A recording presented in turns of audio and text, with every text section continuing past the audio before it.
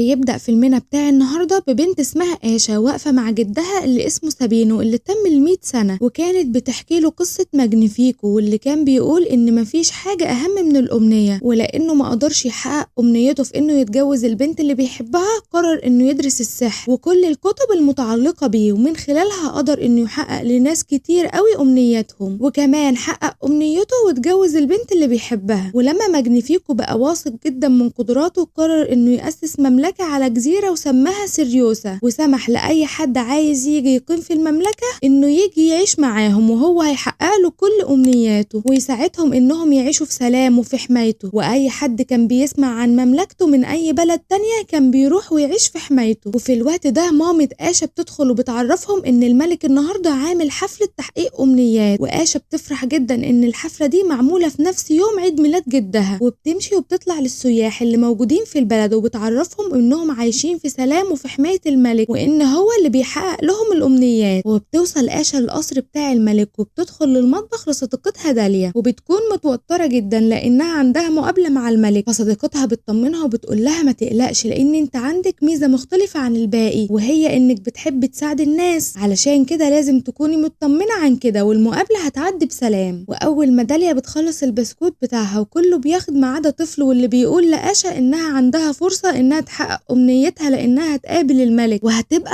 متدربة عنده، وبيحذرها إنها تضيعها على أي حد من عيلتها وإلا هتكون زي سايمون مملة والكل بيبقى شايفه ممل. وبعد كده بنشوف الملكة نزلت وكله بيديلها احترامها وبتنادي لآشا وبتقول لها إن ميعاد مقابلتها دلوقتي لأن الشخص اللي كان قبلها خلاص خلص مقابلته. وهي طالعة مع الملكة آشا بتقول لها إن هي متوترة وخايفة، فالملكة بتبدأ إنها تقدم لها شوية نصايح وبتقول لها على الحاجات اللي الملك مش بيحبها، وبتقول لها إنها تطمن لأنها طيبة جدا وبتهتم بكل الناس وإنها خايفة على مصلحة المملكة. وبعد كده بتدخل آشا للمكان اللي هتقابل فيه الملك وبيكون فاضي والملك مش موجود، فبتبدأ إنها تتفقد اللي موجود في المكان وبتشوف كل الكتب اللي فيها السحر والتعويذ. وبعد كده بتنتبه لكتاب موجود بس محاط بالإزاز وبتبقى خلاص هتلمسه، لكن الملك بيجي في الوقت ده وبيمنعها إنها تلمسه، بيقول لها إن الكتاب ده خطر جدا، ومن كتر توترها بتلمس الإزاز فعلا غصب عنها وبتطلع التعويذة عليها، لكن الملك بيتحكم في التعويذة وبيرجعها في مكانها تاني. فآشا بتسأله وبتقوله بما إن الكتاب ده خطير انت ليه محتفظ بيه؟ فساعتها الملك بيرد عليها بتردد إنه لازم يكون مستعد لأي حاجة. وبتبدأ بقى أسئلة المقابلة وبيقول لها انت ليه عايزة تبقي متدربة عندي وتلميذة؟ فهي بتقوله إنها بتحب كل الناس وعايزة تساعدهم، وغير كده إنها بتتعلم بسرعة وإنه هينبهر بكده. وسألها بقى عن حياتها فهي بتقوله إن باباها كان قريب منها جدا وبيكون معاه رسومات فيها الشجر اللي كانوا بيطلعوا عليه وبيوريها النجوم لكنه مات وهي عندها 12 سنة. فالملك بيتأثر بكلامها وحكى لها إنه تعرض وهو صغير لمشكلة هو كمان، وهي إنه هو وأهله تعرضوا لهجوم من مجموعة لصوص على المدينة، اضطروا إن هم يهربوا. لو كان عارف السحر اللي هو عارفه حاليا ما كانش كل ده حصل، لكن هو بعد كده اتعلم السحر وعمل المدينة اللي موجودين فيها حاليا وعايشين في سلام. وبعد كلامهم أعجب بيها كتلميذة ليه ودخلها المكان السري بتاعه وقال لها طالما دخلتك المكان ده يبقى أنا بثق فيكي، وبدأ يوريها كل الأمنيات بتاعت الناس اللي موجودين في المملكة. فآشا بتعجب بيهم جدا وبتقوله إن الأمنيات دي هي كل حاجة. فالملك بيأكد عليها وبيقول لها إن الأمنيات والرغبات دي مش أفكار بس، لا ده هي جزء من القلب وكمان أحسن جزء، وبيقول لها إن هو لسه بيتسحر من جمال الأمنيات رغم إنه عدى عليها كتير وإنه هيعمل كل حاجة عشان يقدر يحميهم. فبيبدأ يحرك بلورات الأمنيات بطريقة عشوائية، فآشا بتشوف أمنية جدها وبتجري عليها وبتعرف إن أمنيته إن يعزف قدام الناس. فالملك بيقول لها إنه نفسه يلاقي مساعد للقوة السحرية العظمى دي وبيسألها عن رأيها تبقى هي المساعد، فهي بتبقى ماسكة البلورة وبتقوله إن كان في نفسه يحقق لحد أمنيته النهاردة. فالملك بيقول لها إن مش أي حد يتحقق له أمنيته، وأنا عشان حد يطلب حاجة زي كده بيستنى شهور ويمكن سنين. وبياخد منها البلورة وبيشوف إنه جدها وبيقول لها إنه مش هيحققها لأنها ممكن تبقى خطيرة. فآشا بتقوله إن جدها طيب جدا مستحيل يأذي المملكة. فالملك بيتعصب عليها وبيقول لها إن هو اللي بيقرر إيه اللي يحصل وإيه اللي ما يحصلش، وإن ممكن ما يحققش أي حاجة من الأمنيات دي خالص علشان يقدر يحمي اللي موجودين في المملكة. فآشا بتتعصب وبتقوله إن كل الناس فقدوا الشيء الجميل اللي جواهم وهي الأمنيات بتاعتهم ومن حقهم إن هم يعرفوها ويحققوها. فالملك بيتعصب عليها أكتر وبيقول لها إنه مش هيرجع أي حاجة لأي حد. فالملك الملكة في الوقت ده بتدخل وبتبلغه ان الاحتفال هيبدأ، فبيقول لها انها تاخد آشا للمسرح الكبير، وآشا ما بتبقاش عايزة كده لكن بيصر انها تروح. واول ما الاحتفال بيبدأ بيكونوا في 2 عايزين ينضموا للمملكة بتاعة الملك وبيقدموا له جزء من قلبهم وهي الأمنيات بتاعتهم. ساعتها بيفقدوا الإحساس لوقت معين وبيكون أثرت عليهم، وبعد كده بيجي الوقت في الاحتفال انه الملك هيدي لحد أمنيته، وجدها بيكون متحمس جدا ومنتظر انه ينادى على اسمه علشان حفيدته وعدته بكده، لكن الملك بيقول اسم توينا اللي كان حلمها تبقى خياطة، وبعد كده بينادي آشا وبيقول لها انه مش هيعينها منصب المتدربة وانه هيفضل دايما محتفظ برغبات عيلتها. وبعد كده بنشوف آشا ومامتها وجدها قاعدين في بيتهم وبتبلغوا ان الملك قال لها انه مش هيحقق امنيته ابدا لانه بيقول انها خطيرة، مع انها امنية جميلة جدا وبتبقى عايزة تقوله لكن هو بيرفض وبيقول لها طالما الملك قال لا يبقى ما تقوليش طالما مش هتحصل، وان هو مش عايز يعرف. وبتزعل آشا وبتقوم تمشي وبتبص في الشارع للناس وبتشوف امنياتهم وبتعرف انها عايشة تحت حماية ملك ديكتاتور وظالم، وهو اللي بيقرر ايه اللي يحصل وايه اللي ما يحصلش، وانها خلاص عرفته على حقيقته. وبتوصل الشجرة اللي كانت بتقعد عليها هي وباباها وبتبدأ تبص للنجوم وتتمنى، وفجأة بيطلع شعاع ضوء كبير جدا من نجم، وده بيتسبب في ان الامنيات اللي موجودة عند الملك بتتأثر، فالملك بيخاف وبيعرف ان ده تهديد بالنسبة ليه، وبيبدأ يبص في كل الكتب اللي موجودة علشان يعرف ده معناه ايه، لكن مفيش حاجة بتكون موجودة فيهم، فبيقرر انه خلاص هيفتح الكتاب المحاط بالازاز واللي هو فيه السحر الاسود، لكن الملكة بتقوله ان مش ده الحل، ولو قرأ في الكتاب ده السحر هيأثر عليه وساعتها هيكون ضاع للأبد، فهو بيقتنع بكلامها وبيحط الكتاب مكانه. وفي الوقت ده آشا ما بتبقاش فاهمة اللي بيحصل، وبيكون النجم عمال يتحرك حواليها وبتجري وراه، واي حاجة بيجي عليها النجم بترد فيها الحياة زي الفطر، وبيخلي الحيوانات تتكلم ويفهموها، وبيقول لها ان كل امنياتهم مرتبطة بالنجوم، وهي لما اتمنت النجم سمعها وجالها على طول، فهي فرحت جدا وبدأت تتكلم مع النجمة وبتقول لها ان الملك محتفظ بكل امنياتهم ومنع اي حد ياخد امنيته. وفعلا النجم بيروح وهي بتجري وراه علشان ينقذوا امنيات الناس، وبيروح على القصر اللي موجود فيه الملك، وبتروح تدور على صاحبتها داليا علشان تساعدها انها توصل للمكان اللي موجود فيه الامنيات بتاعه الملك، فبتحط النجمة جوه مع الفراخ علشان محدش يشوفها، وبتروح لصاحبتها عشان تتكلم معاها، لكن اول ما النجمة بتدخل جوه بيبدأ يحصل صوت عالي في الأوضة، فبتبدأ آشا تعمل صوت بره علشان تداري على الأصوات اللي موجودة جوه، فبتسألها عن الممر اللي بتودي فيه الأكل للملك، وهم بيتكلموا بيجي شخص علشان يلم البيض من عند الفراخ، فبتبدأ آشا إنها تمنعه ومش عايزاه يدخل، فكله بيبقى شاكك في آشا وبيبقى عايز يعرف إيه جوه، فلما خلاص ما بتبقاش عارفة تخبي عليهم أكتر من كده بتبدأ تحكي لهم عن اللي حصل معاها، وإن الملك مش عايز يديهم أمنياتهم ومحتكرها، فكله ما بيبقاش مصدق، لكن هي علشان تخليهم يصدقوا بيفتحوا الباب على الفراخ وبيلاقوا الفراخ عمالة ترقص، فبتقول لهم إن هو ده النجم اللي طلع لها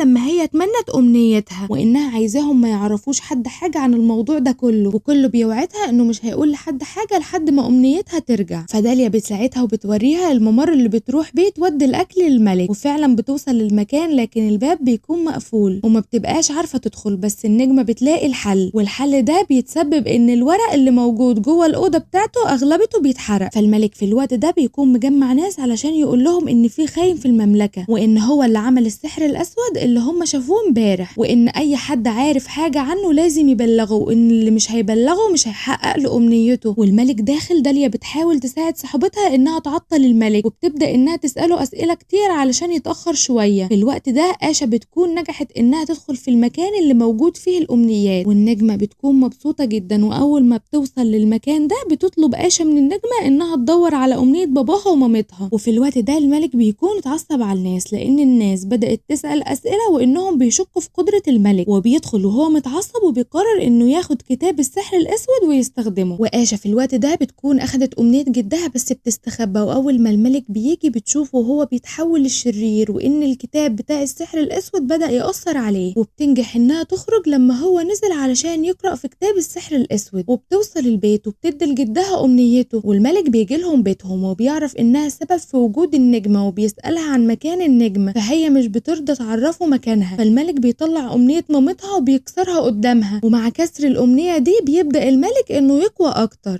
فالنجمة بتتعصب من كده وبتطلع قدام الملك، فالملك بيحاول إنه يمسكها لكن آشا بتوقع عليه الدولاب، وبيهربوا هي ومامتها وجدها وبيكونوا راكبين مركب علشان يعدوا الجزيرة اللي هم كانوا قاعدين فيها. وآشا بتبدأ إنها تحس بالذنب لأنها سبب في اللي حصل ده، لكن أهلها بيقولوا لها إن الغلط مش غلطها وإن الغلط هو غلط الملك الظالم. وبعد كده بتبقى حاسة بالذنب علشان الناس اللي قاعدين في الجزيرة، فبتقرر إنها تروح وتنقذ الأمنيات بتاعتهم وبتنط في المية علشان تنهي اللي بيحصل ده. والملك في الوقت ده بيكون بيبحث عن تعويذة شريرة جدا في كتاب السحر الأسود، وعرف إن هو ممكن يقدر يعمل رمح من 3 أمنيات، والأمنيات دي بتكون بتاعت ناس ولازم يدمرها. والملكة بتشوف ده وبتبقى عايزة توقفه، لكن بيهددها وبيقول لها إنها لو بقت خاينة للمملكة هيقتلها. فالملك بيطلع سايمون قدام الناس وبيقول لهم إن هو ده اللي بلغ عن آشا، وإنه علشان كده هيحقق له أمنيته وهي إنه يبقى حارس الملك. وفي الوقت ده آشا بتبعت للملكة فور بيبلغها كل اللي حصل عشان تبقى في صفهم. ولما سايمون بيتحول للحارس بيكون اتأثر بالسحر الأسود بتاع الملك، وبيبدأ إنه يعترف بالستة الخونة اللي كانوا عارفين إن آشا هي اللي سرقت الأمنيات، فبيهرب كل أصحاب آشا من المكان قبل ما يتقبض عليهم. فآشا بتروح لهم وبتقول لهم إن مش هي اللي سرقت الأمنيات من الناس، وإن الملك هو السبب، وإنهم لازم يتعاونوا مع بعض ويقفوا قصاد الملك اللي بقى يستعمل السحر الأسود ويحرر الأمنيات. فبتيجي في الوقت ده الملكة وبتقول لهم إن هي هتساعدهم وبيعملوا خطة. وبعد كده بتروح الملكة الماجنيفيكو وبتقول له إنها عارفة مكان آشا وإنها راحت على الغابة، وبيركب الملك على حصانه وبيروح وراها. وبعد كده الملكة بتفتح لأصحاب آشا والنجمة الباب علشان يحرروا الأمنيات ويرجعوها لأصحابها. وفي الغابة بيجري ماجنيفيكو ورا آشا علشان يقبض عليها، فهي بتحاول تجري أكتر علشان تبعده عن القصر، لكنها بتقع وبتقول إنها مش خايفة منه وإن أصحابها دلوقتي في القصر وهيحرروا الأمنيات. وفجأة بيتحول الملك لسايمون وبتعرف إن دي كانت خدعة وإن الملك لسه موجود في القصر. وبتعرف آشا إنها ترجع بمساعدة الدب صاحبها وإنه أنقذها من سايمون، وبترجع على القصر علشان تنقذ أصحابها. وبيكون أصحابها نجحوا إنهم يخرجوا الأمنيات بره القصر، لكن ماجنيفيكو بيستعمل السحر الأسود وبيحبس النجمة. وبتحاول آشا إنها تدافع عن النجمة بتاعتها، لكن ماجنيفيكو بيزقها على الأرض وبيعمل سحابة سوداء على السماء وبيبدأ إنه يسيطر على الجزيرة كلها. وآشا بتطلب من جميع السكان إنهم يتمنوا أمنية واحدة، وهي إنهم يتخلصوا من الملك وسيطرته عليهم. وبتقول لهم إن هو ده الحل علشان يسيطروا على الملك وسحره. وفعلا كل أهل المدينة بيتحدوا وبيتمنوا إنهم يتخلصوا من الملك. فبتبدأ قوة ماجنيفيكو إنها تضعف والنجمة بتتحرر. وبيحاول ماجنيفيكو إنه يستعمل العصاية اللي معاه علشان يقدر يسيطر على أهل الجزيرة، لكنه بيتحبس في المراية اللي موجودة في العصاية. وبيطلب من مراته إنها تحرره، لكنها بترفض وبتدي المراية للحارس علشان يحطها في السجن. وبعد كده بنشوف أهل المدينة بيفرحوا وبيحتفلوا لأن كل أمنياتهم رجعت تاني. فسايمون بيروح وبيعتذر لآشا على اللي هو عمله، فبتسامح آشا سايمون وكل أصحابها بيكونوا مبسوطين من اللي بيحصل. وبعد كده النجمة بتدي لآشا العصاية السحرية علشان هتمشي، وبتقول لها إنها لازم تمشي علشان تحقق أمنيات ناس تانية. وبيشكروا النجمة على مساعدتها إن أمنياتهم ترجع تاني. وبكده يكون خلص فيلمنا بتاع النهاردة. لو وصلت معانا لغاية هنا يبقى أكيد الفيلم عجبك. ما تنساش بقى تعمل لنا اشتراك في القناة علشان يوصلك كل الجديد اللي هننزله، وما تنساش الشير واللايك والكومنت، وتقول لنا رأيك في الكومنتات، وتقول لنا برضو في الكومنتات عايز الفيلم الجاي يكون عن ايه. سلام.